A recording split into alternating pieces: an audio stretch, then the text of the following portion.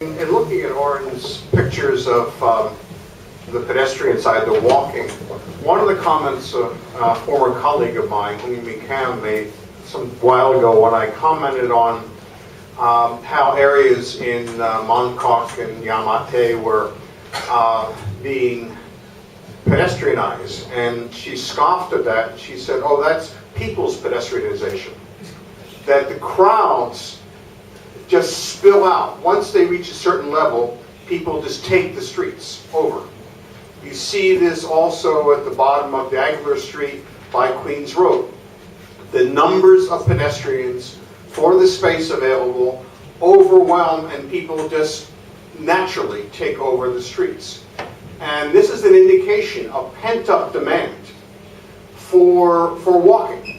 And unfortunately, in Hong Kong, the transport system from the very beginning has focused on mobility, mechanized mobility.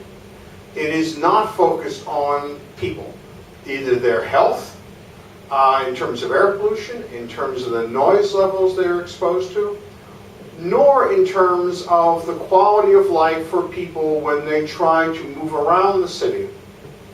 One of the other things that is very striking, all of us know, is that when you're here during, say, Chinese New Year, suddenly the city becomes walkable. And you think about that, and it's striking when you find yourself also, because the weather is often quite cool, you find that the places, as we mentioned, Wan Chai seems a long way from here. It's not. And once the city gets to the point where you're free to walk, you suddenly find walking a much more attractive option. Now, admittedly, in the summer, it may still not be. But the point is that we haven't had a transportation system that has been multi-objective.